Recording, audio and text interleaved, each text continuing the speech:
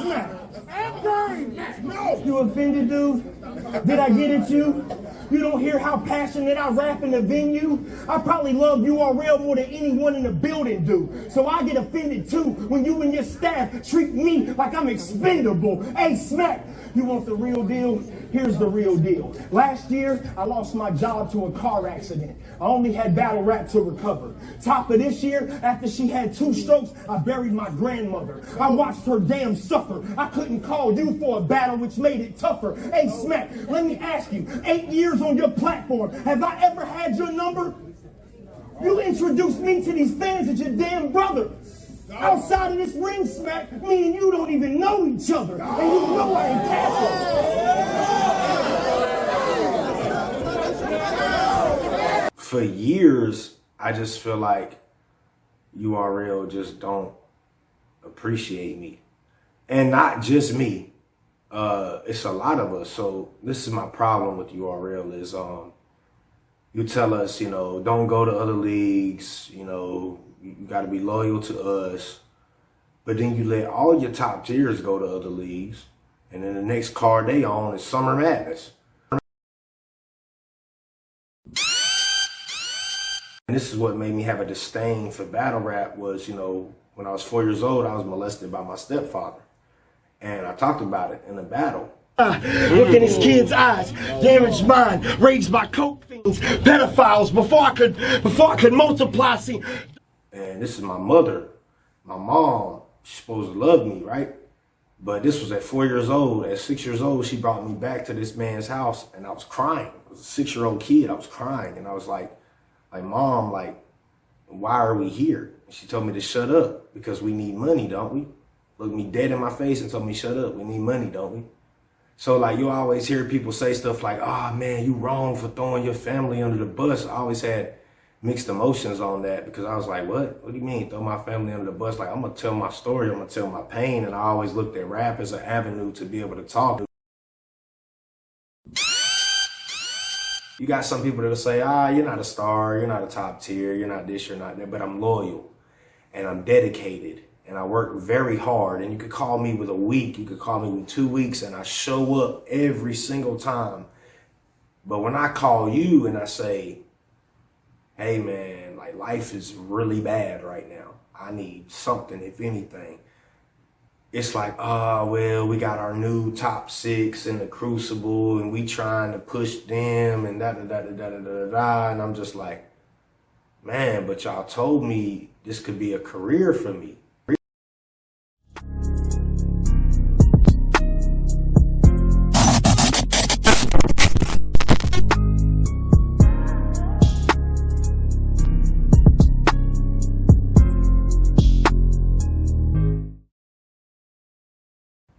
Yo, what up, man? Chris, somebody checking back in, man. Back with a blog, man. I am here with Nunn Nunn. Nunn Nunn, tell everybody where we at, man.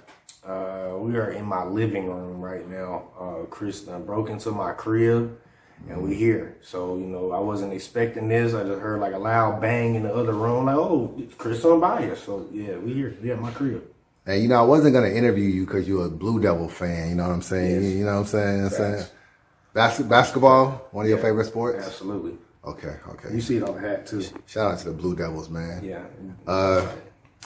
We might as well start, man. So you got one of the most viral rounds, I guess you could say, this year. Probably most viral, most talked about rounds. It had a lot of passion in it, had a lot of honesty in it, had a lot of vulnerability in it. When you got the call for Real Deal, what was your first thoughts?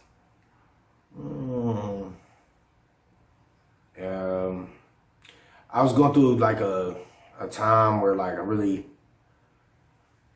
was getting out of battle rap and I didn't really have the love for it like that no more. But the money helped. I was going through a family situation where, you know, we're in Lafayette, Louisiana now. I'm from Wilson, North Carolina. So I relocated my entire family to Lafayette, my brother, my sister, my stepmom. And I was in the process of moving. So the battle happened at a time where I wasn't really interested in it, but I needed some financial help and it helped. So that's really where I was at with it. It wasn't, Yeah, battle rap it just don't motivate me. I'm not jumping off the edge of my seat no more for battle rap.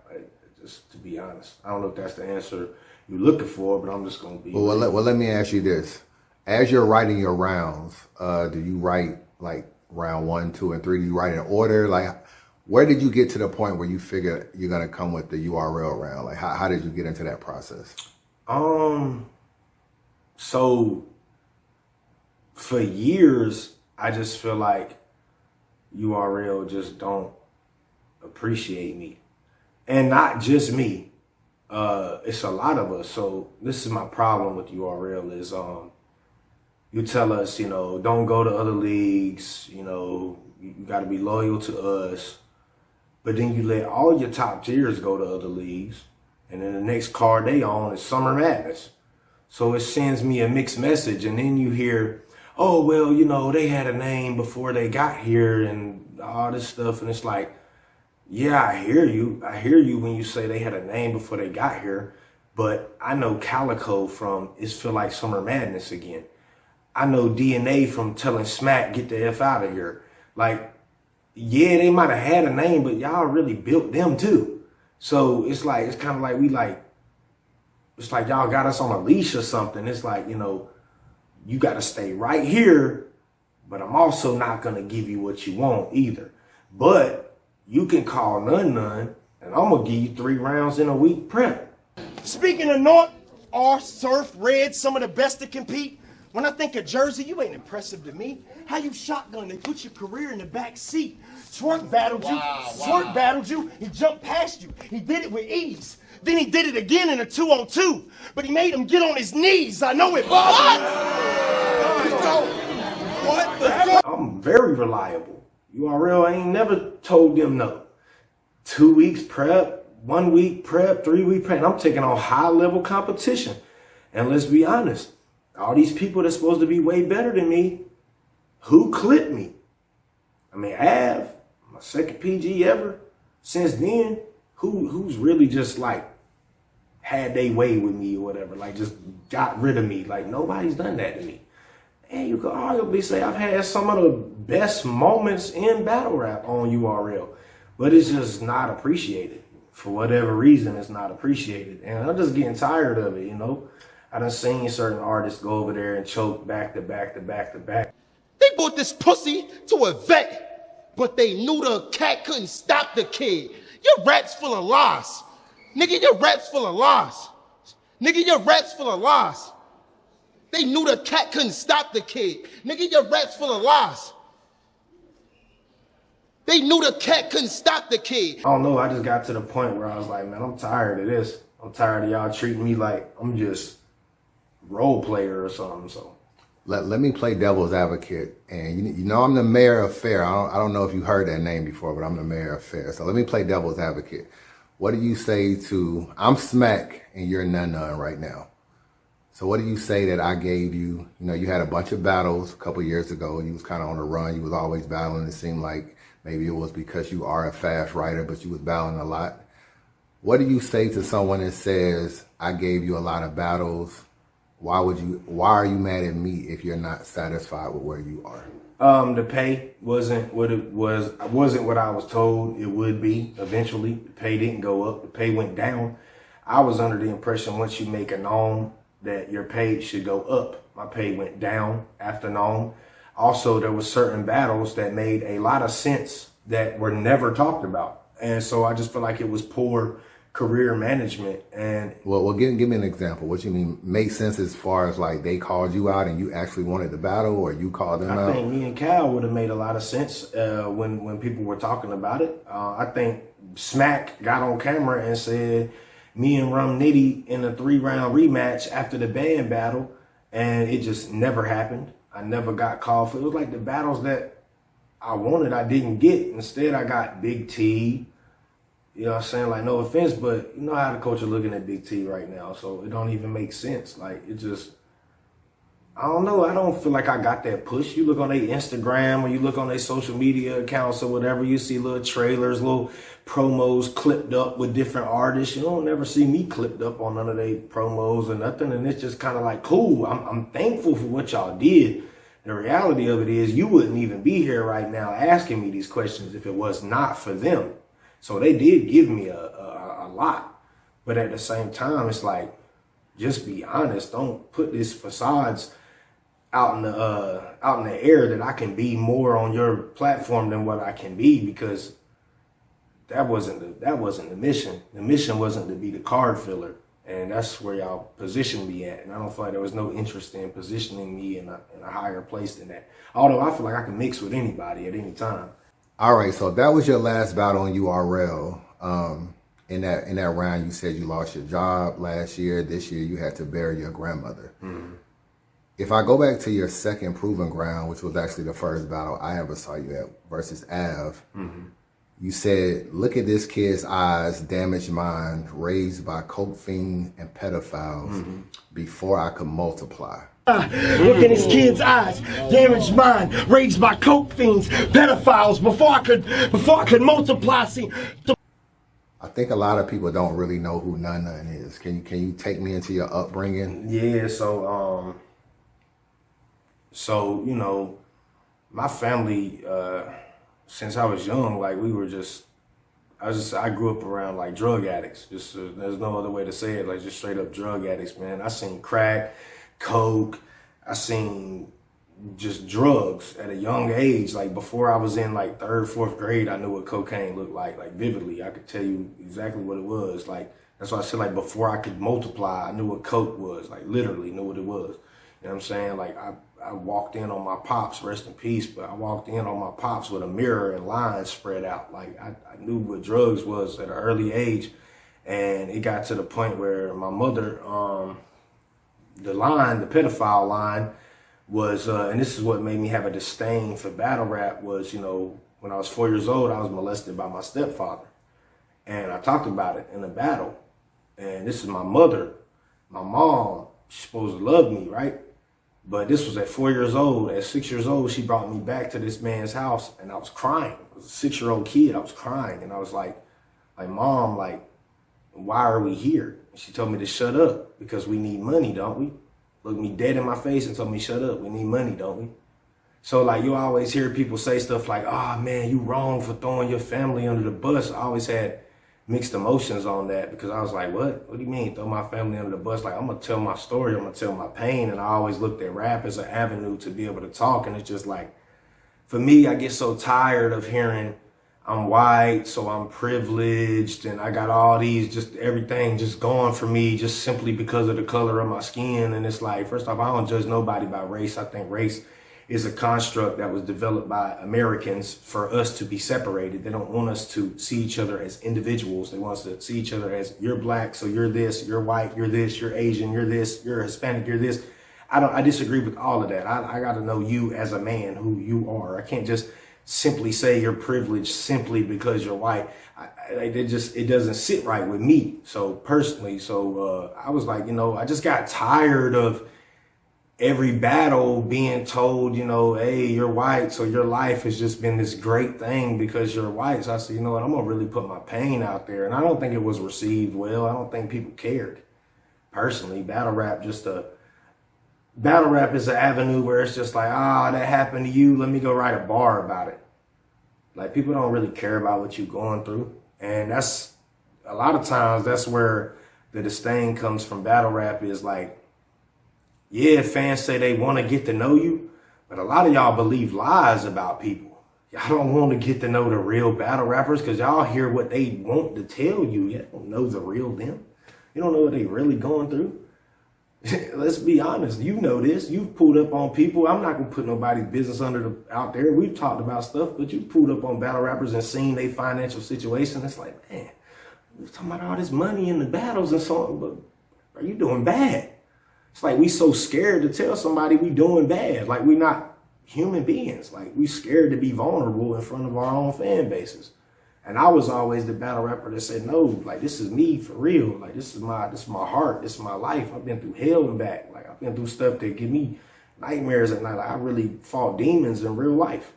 So, well, let me ask you this, because it's rare you meet someone that doesn't have their mom and their dad, and then you recently said you buried your grandmother.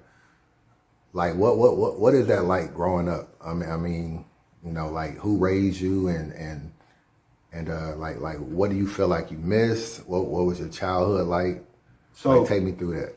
So growing up, like my mom, I had my mom up until I say, like my mom died when I was 16, but I lived with my mom up until I was, let me get this right, up until it was like 6th grade. And then like 6th grade, so like she used to just like drop me off at babysitter's house all the time with like no change of clothes or nothing. She'll go party, she'll go do her thing or whatever. And I'd just be stuck at the babysitter house like 3-4 days. Can't nobody get in touch with her or whatever. And I just got tired of that. I was like, man, like this, I'm tired of this. And me and my dad were real close. So I went and stayed with my dad, but see, my dad also had a drug problem, but my dad was more of like a functioning addict where like he'll party, he'll turn up all weekend, do hard drugs too, like real hard drugs, but he'll go to work on Monday. And you know what I'm saying? He'll work, but then when Friday came around, he'll do his thing. But he also suffered from like, he was very angry, very narcissistic, very violent. You know what I'm saying? Like very, very violent, man. He'll tear the house up, throw stuff around the house, kick furniture over, whatever. Like he'll yell at you, scream all in your face. A lot of my anger problems I inculcated from watching my father like my whole life. This is how he dealt with everything. You know what I'm saying? So I used to watch him just go crazy to the point like I started hating him. Once I moved in with him in like 6th grade, but he was just so angry. He had a really bad drinking problem. And then like from the drinking, he would go from drinking to like harder drugs. So, and with my mom, whereas my mom would hide the drug use, like she would go off and do it, although I knew what she was doing, she would go hide it and go somewhere. My dad would just do it right in front of me. It just was what it was. I seen it, you know what I'm saying? But when did he pass? I think it's been 7-8 years ago now. I was when I first started battle rapping. Around the time I first started battle rapping. Yeah. He was drinking and driving. He left a party, somebody's house. I don't know if it was necessarily a party, but it was like a little kickback, get together type thing. He was drinking. He got in an argument. Somebody that was there, he jumped in the car, blackout, drunk, drove off the side of the road, killed himself instantly. So, yeah, we weren't talking at that time. Me and my father, we was not on good terms at all at that time. So, you know, that's kind of haunted me too for a while because, you know, I love my father, but at the same time, as I love him, I also hated him. Like, I hated him bad. Like, it was tough, bro, because, like, you know, like when he died, I wanted to feel bad, but I also had these feelings of, well, I kind of seen that coming eventually. So it was messed up, man. Like it messed with me real bad, for real.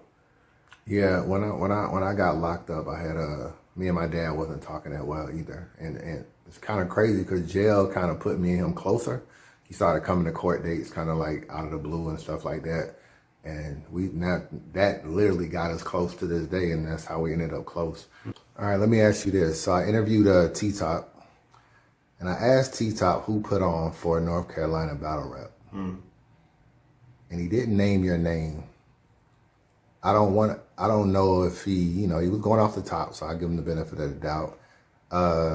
First of all, what's your relationship with T-Top? You know, as far as I don't know how well y'all knew each other before, you know, no, battle we rap didn't scene. really. And also, where do you feel like you stand as far as putting on for North Carolina battle rap?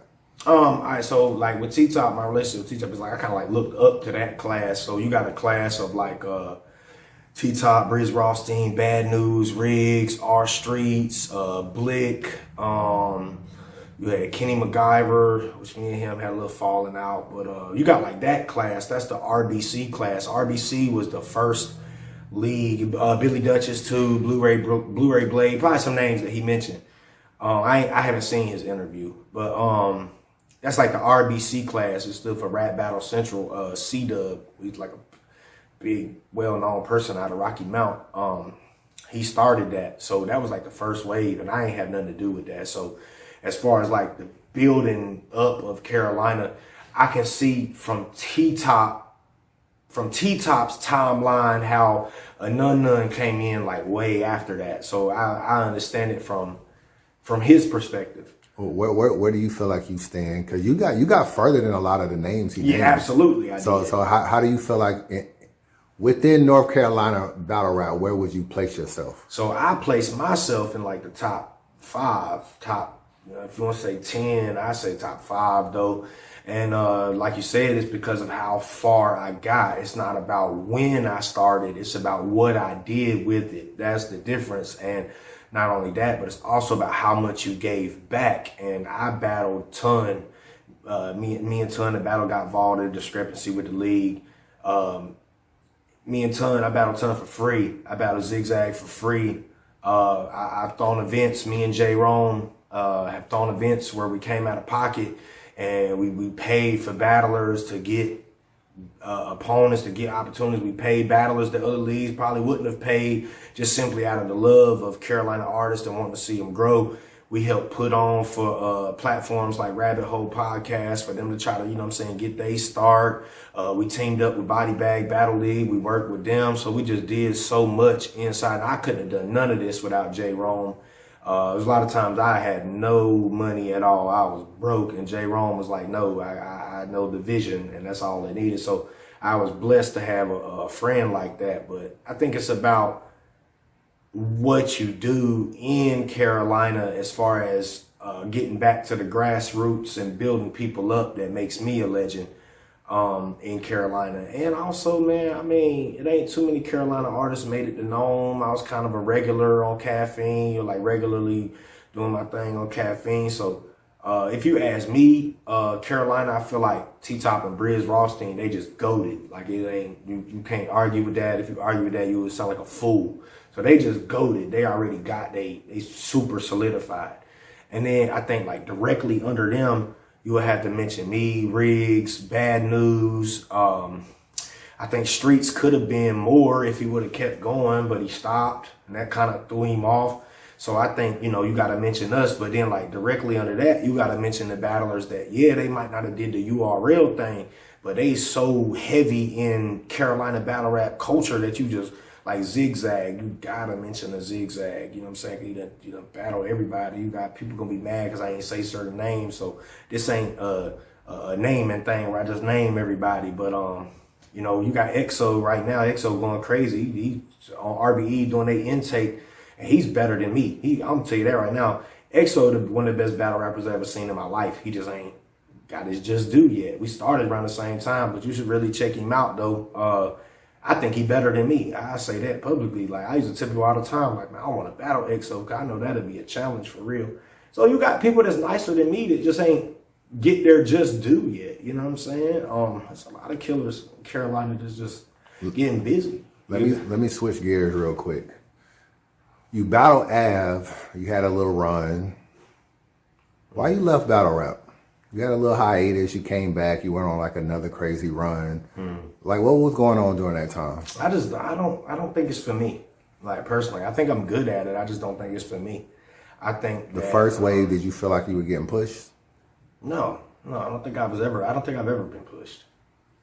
Yeah, they booked me for battles back to back, but in your opinion, were my battles ever heavily promoted? Was I ever like highly coveted in battle rap, or was I always painted with the he's just a workhorse, we could just call him for whatever, whenever, and like I feel like that's how I was. Okay, so hold up. The first wave, PG, I guess that's the Norris era, so we'll say that. So you felt like, okay, you definitely weren't pushed then. You left, came back. What made you come back? Rome. Oh, Rome made you. Yeah, shout out to Rome. I didn't want to come back. Shout out to my boy Rome, man. Yeah, I didn't want to come back, man. Yeah, man. It was all because of Rome, bro. I didn't want to come back. Rome was just like, bro, like, you can do this, man. Like, he believed in me when I didn't believe in myself. Have you had any fun in battle rap? Like yeah, I've had some great times. What do you feel like? What are some things you're proud of that you accomplished? The cities I seen, I never thought I'd be able to see. That's probably one of the biggest things, is being able to go to cities. I'm from a small town, so, being able to go to just different cities and rap, I think that's like a dream come true. Los Angeles, Chicago, Detroit, just these cities are amazing to me. So being able to go there and be a part of their culture and just all of that. That's a vibe within itself. So Give me a couple favorite battles. Mike P, New Orleans. Mike P in New Orleans was, I think New Orleans my favorite city in America. Mike P said he got you out of here, man. Who Yeah, you he think lied. won? He lost in the building clearly, and then he went online and told everybody that all I did was just say a bunch of Louisiana cities. But everybody in that building said I 30'd him. There was nobody that said that he won even a round. I gave him a second round out of sympathy just because I thought he won the second round, but nobody in the building thought he won even a round. I had the whole building say "F you, Mike P" at the end of the round. So he know what happened. All right, let's switch gears real quick. What do you say to people that says that may be your last round in battle rap? What do you say to that? They right. They right. You offended, dude? Did I get at you? You don't hear how passionate I rap in the venue? I probably love you all real more than anyone in the building do. So I get offended too when you and your staff treat me like I'm expendable. Hey, Smack, you want the real deal?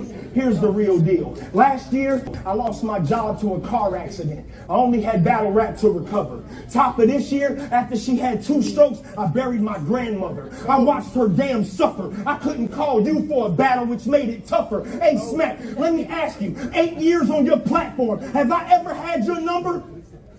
You introduced me to these fans as your damn brother. Outside of this ring, Smack, me and you don't even know each other. And you know I ain't tapping. Could someone call you and offer you an opponent that you would be interested in that you would take? Yeah, you could, but all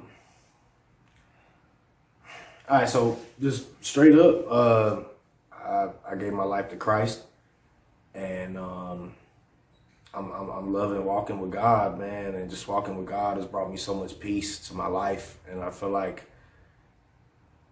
I'm on a new path in life where I'm letting the Spirit govern my mind and just tell me where I need to go. And since I've been going that route, I haven't cared about money. I haven't cared about fame. I haven't cared about popularity and none of that stuff. You called me and was like, yo, I'm passing through. You know what I'm saying? I didn't seek out for this interview. I know some people be like, oh, well, you doing an interview, ain't you? But, you know, this just, you was interested to hear what I had to say. And I felt like, you know, God put it on my heart, like, yo, do this interview to say that no matter what you've been through, no matter what you've gone through in life, your life comes in seasons. A season of my life was battle rap. And I think what I needed to learn about myself in that season was chasing fame, chasing popularity, chasing the approval of men and what men think of me and what humans think of me. Chasing the approval of that left me to not know my own worth and my own value in the eyes of God. And instead of searching for the things that are going to bring me peace, bring me joy, I'm always constantly in this argumentative state of just toxicity where I have to constantly be in this fighting spirit, me versus somebody. And none of this is really good for my soul, my spirit, or where I feel like God is trying to take me in life. And I'm 100% sold out living for Christ now. And battle rap just not important to me. Battle rap is a stumbling block for me. It's a way for me to. Now how did you get to this point? And when did you get to this point? So my grandmother got really sick. She had 3 strokes, and she had 2 strokes this year. She had 1 stroke prior to that, and then she had 2 more strokes this year. She was completely paralyzed on the left side of her body, and you know, I just wanted to be so much more for my family than what I was, and chasing battle rap, I couldn't relay my pain. I couldn't relay my stress. And it just made me think, man, like, you know, okay, you got some people that'll say, you're not a star. You're not a top tier. You're not this, you're not that. But I'm loyal and I'm dedicated and I work very hard. And you could call me with a week. You could call me with 2 weeks and I show up every single time. But when I call you and I say, hey, man, like life is really bad right now. I need something, if anything.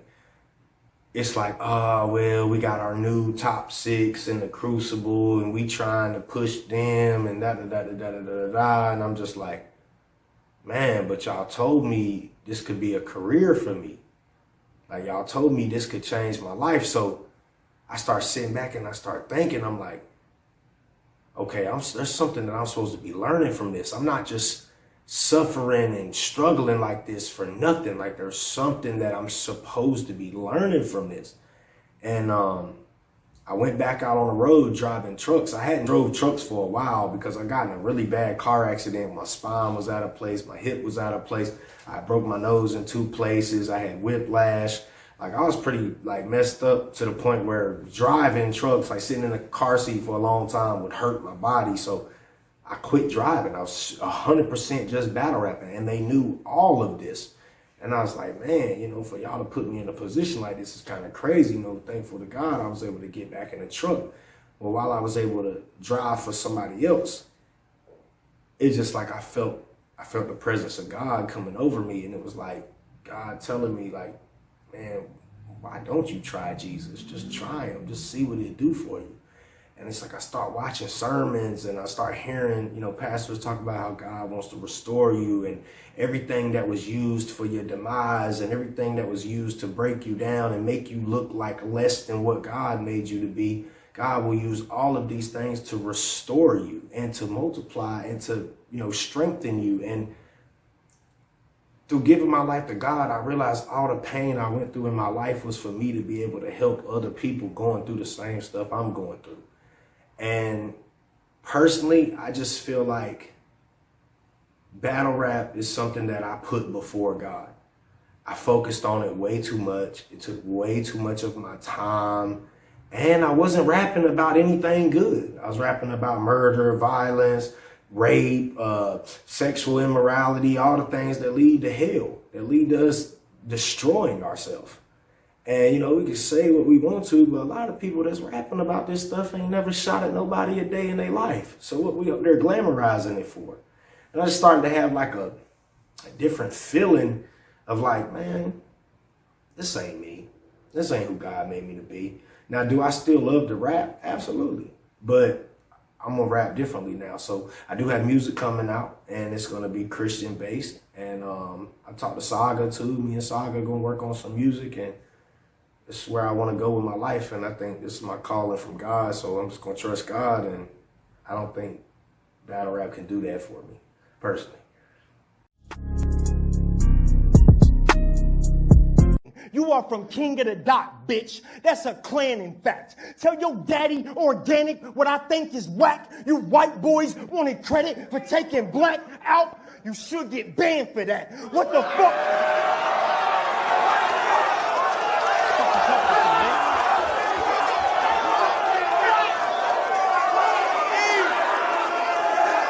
Were you ever under a URL contract?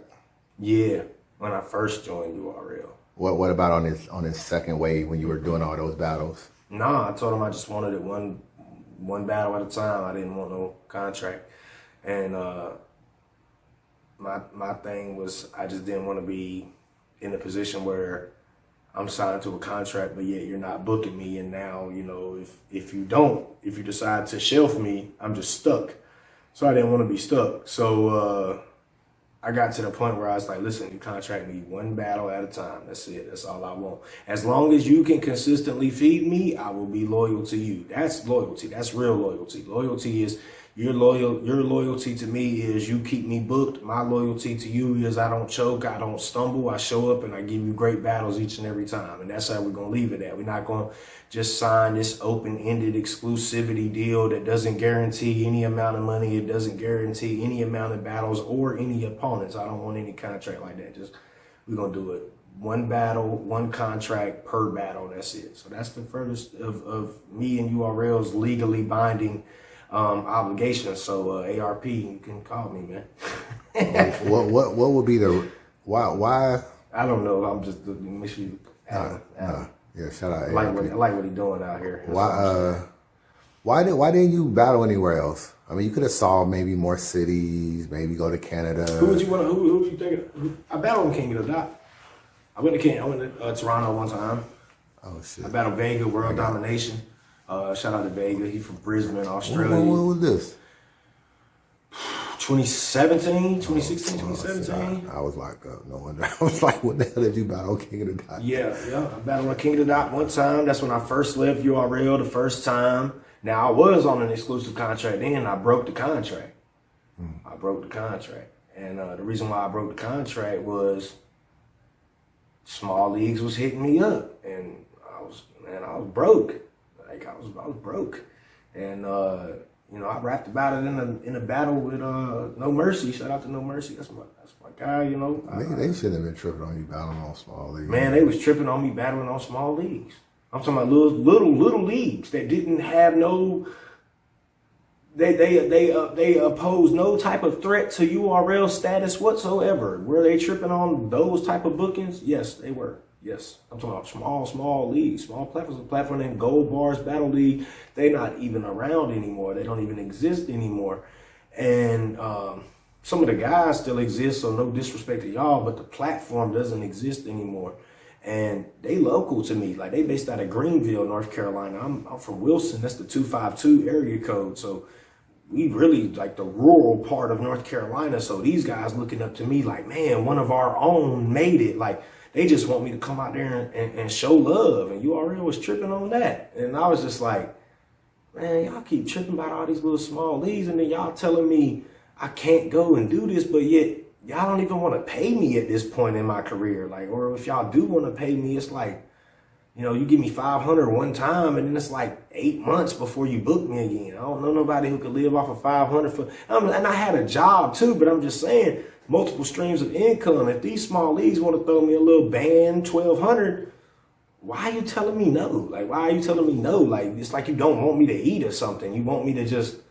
And I hate that mindset, just like I hate how they did Easy. I think it's stupid, corny how they did Easy. For real. I really do. What's the highest you've been paid on URL? I think you mentioned $5 grand. Mm-hmm. $5 grand. For Danny and Nunn. And no. Okay. Now let me ask you this. The $5 grand sound like a Nunn check, in your opinion?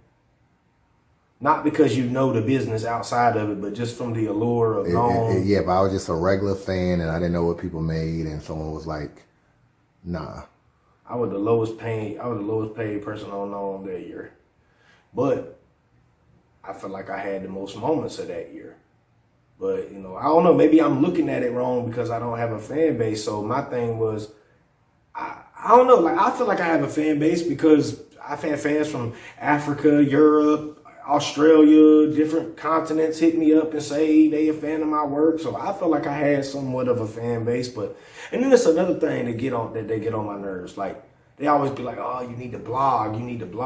Bro, blogging don't work for everybody. It just don't. Like, yeah, I can rap, but I'm not a blogger though. Like, I'm not good at it. I'm cool with this. You are good at talking. I see you on Angry Fan getting. Yeah, I'm good at talking to somebody. Like, if, like right now, you right here, so I'm talking to you. So I feel like I'm not even worried about the phone and the camera being there. I'm not worried about it. I feel like this is me and Chris Unbiased having a conversation. This is different. But when I got to turn on my camera and be like, hey y'all, welcome to the channel. That's not one of my strong suits. I do feel like when you've been on Angry Fan and talk shit about people, about, whether it was a battle them or you're better than them, I feel like you did a good job with that. So I feel like face-off wise, would be pretty good. So maybe promo wise, but maybe just blogging about regular stuff or just picking up a camera. I could see that. You're right. You're all right. It's not for everybody. It's not. I gotta be honest. Like, that's where, the fans get so hung up because they're like, well, when have you ever seen a Nunn Nunn blog? And I'm like, yeah, when you ever seen a Real Sick blog? When you ever seen a Rum Nitty blog? You know what I'm saying? So, like, why do we move the field goal post for certain people? Why do certain people get to do this and certain people don't? I just don't get it. When is battle rap gonna get back to I rap better than you though? Cause, like, I'm gonna be honest, in your opinion, who really beat me? Danny. I thought he beat you. Did he beat me like bad, or did he just jump off stage? Nobody's beat you bad. He jumped off stage and high-fived everybody, and y'all were like, he got energy because he's 53 jumping off stage, and his knee buckled too. That's my guy. Something happened between the second round and your first round. You had See what crazy, I mean? you That's had how- crazy energy in round See one. how y'all judge battle rap? No. Something happened. You No, had no, energy, hold but up. then it's like the words you were saying when you were rapping, them entendres, like it ain't none of that. It's always this, man. It was No, I'm something saying, happened. you're in the moment. Would you admit that when you rap first, if I'm not mistaken, your first round was crazy, Yeah. but I feel like the second round, I don't remember what you rapped because I ain't watched the battle in a while, but I feel like there was a little disconnect with the crowd in the second round versus the first. First off, battle rap crowds are stupid. Yeah. Don't block none of, don't take out none of this. Okay, I Battle know. rap crowds are extremely dumb. And I'm gonna tell you why they're extremely dumb. That was in Houston, right? Every crowd in battle rap, don't matter what city you from, shout out to H-Town. No, don't be hating on Atlanta. Man. Listen, Cut it out, man. Atlanta the worst. We just going Atlanta the worst.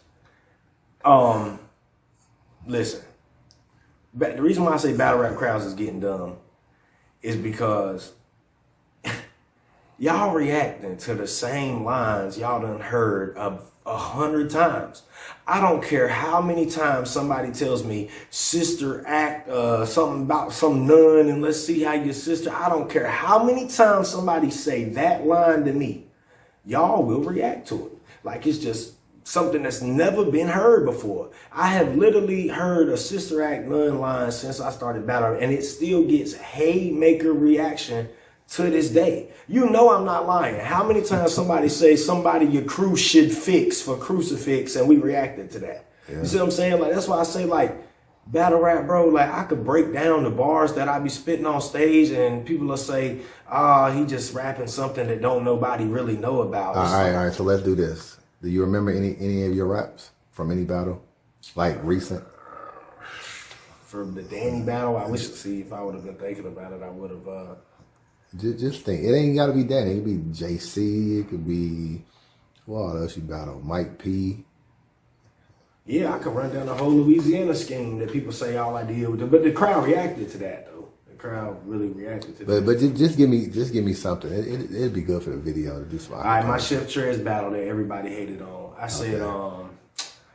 I said, they said the chef cooking cool. Set the table for two. I ain't waiting. I'm making a reservation too. Tell him stay in the kitchen. If he make a move, I'm in the dining room with a revolver like a game of Clue. Try and see me. Like it was like stuff like that. And then it's like the flow patterns and everything to me is something crazy to me. But it's just like that type of stuff don't get reaction. But if I be like big Glock, they like, oh, he got a big Glock.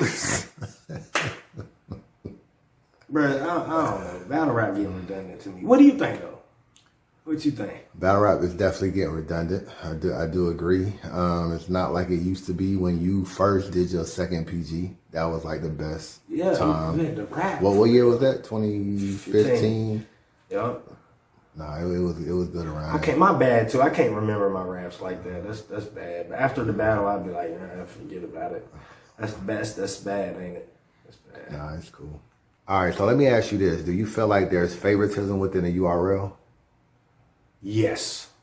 Yeah, I do. For sure. Okay, break that down for me. I mean, Twerk choked a bunch. He's still highly coveted over there, you know. And I know Twerk gonna be mad at me and call me a cracker or whatever, but the truth is the truth. You know, if I choke that many times, are they gonna call me? Mm-hmm. I don't think so. You know what I'm saying? So it is what it is. Now let's go even a step down past that. Do you know Nunn from South Carolina? You ever heard of a battle rapper named Nunn? As in T-O-N? Yeah. No. Okay, you wanna know why you ain't heard of him? Because he didn't get picked in the top 6. But yet he was in the crucible.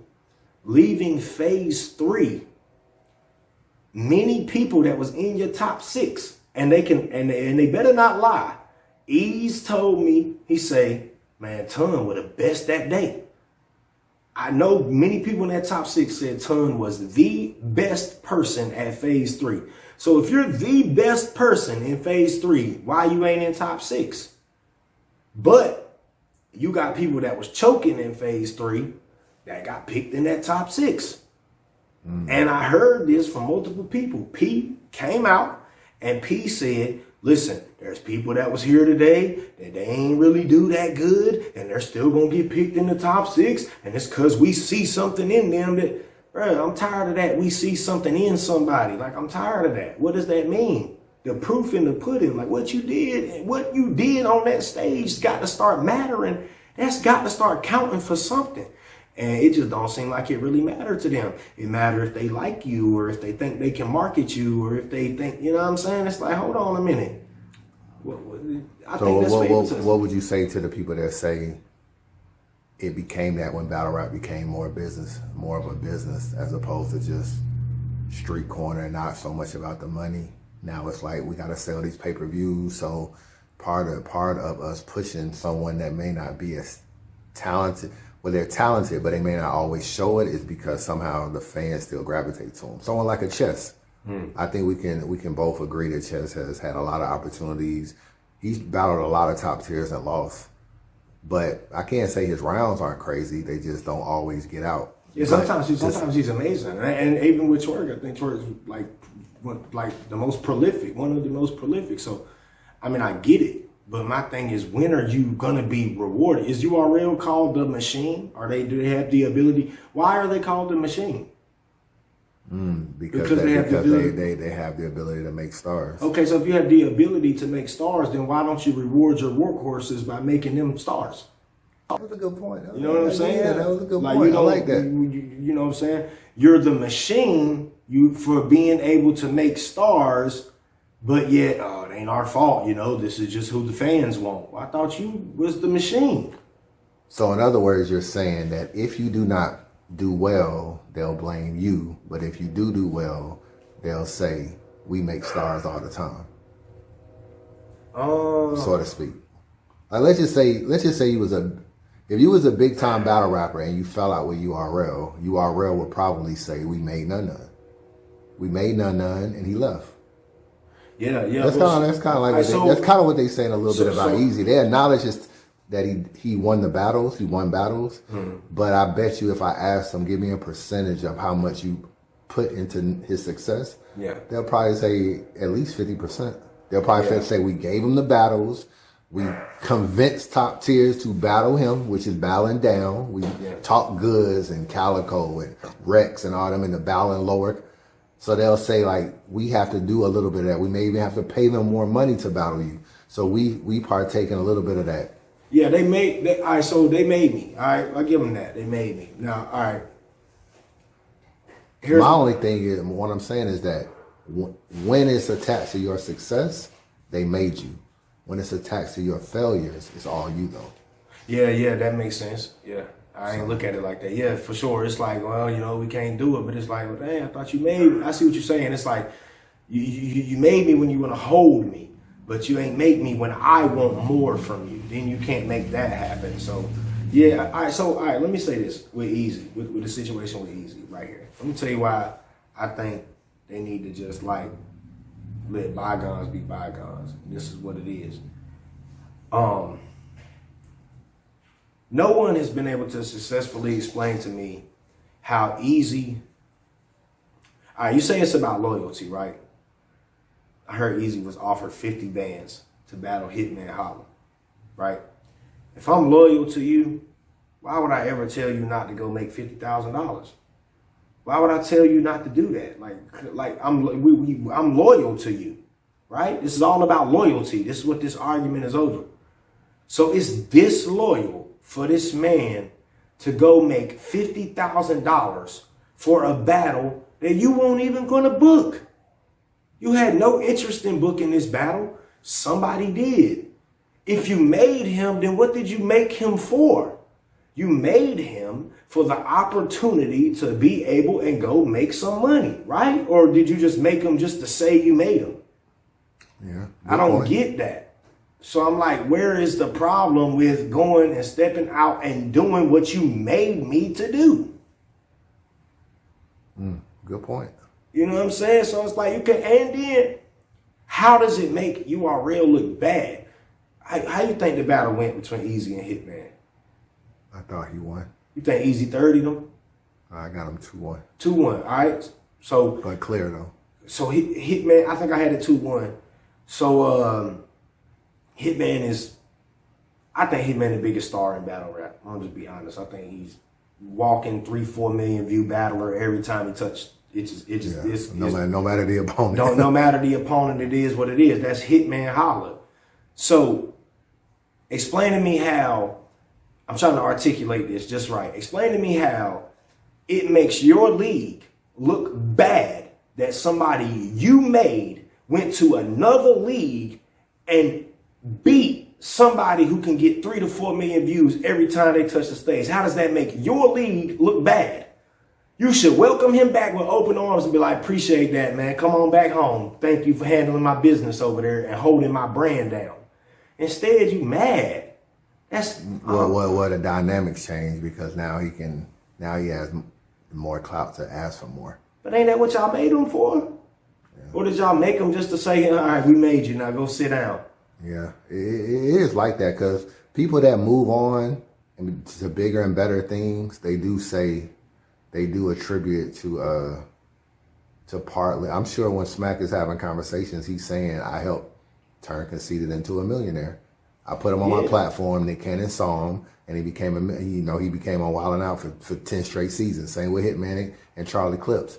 I'm sure he takes some satisfaction in knowing that he played a part in their success, and he probably likes that. He should like that. But at the same time, if Easy goes on to, and I don't know, maybe Easy would have had to leave battle rap. Like if Easy became a movie star, he'd be like, oh man, that guy that used to battle on URL became a movie star. But when he goes to another battle league, it's like, oh, you went to my competition, you help him build another league. That's trying to, now fans gonna be talking about they better than us, but they just using you.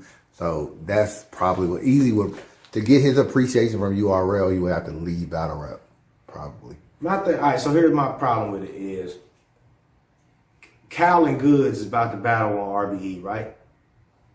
Mm-hmm. Is there any backlash from URL for them being on RBE? They're always going to say that people that came through the Proving Ground system, that they consider that they helped make. And because Calico battled on Grind Time, and he battled a pretty big name person, which was Heartless at the time. Okay. They always view him as he came to URL with a name. What battle made Calico more? Him and Heartless or him and Loaded Lux? Oh, definitely him and Lux. Hey, that's a URL battle, right? Him and most of his battles were bigger than him and Heartless. Him and damn near all his URL battles. So so would you like even his K-Shine battle and stuff was like, that stuff was bigger than Heartless. So with that logic, did URL also make Cal? Hold up, man. He gonna get this work. He gonna get this work. All right, look, we signing out. Appreciate my guy Chris Unbiased. Also, he paid me 2 bands for this interview. Don't let him lie to y'all rappers. When he pull up on you and he try to get the interview for free, tell him no, because he paid Nunn Nunn 2 bands. So remember that. And we signing out, man. I appreciate y'all. Remember this. God is love. Christ is king. I appreciate y'all for checking in.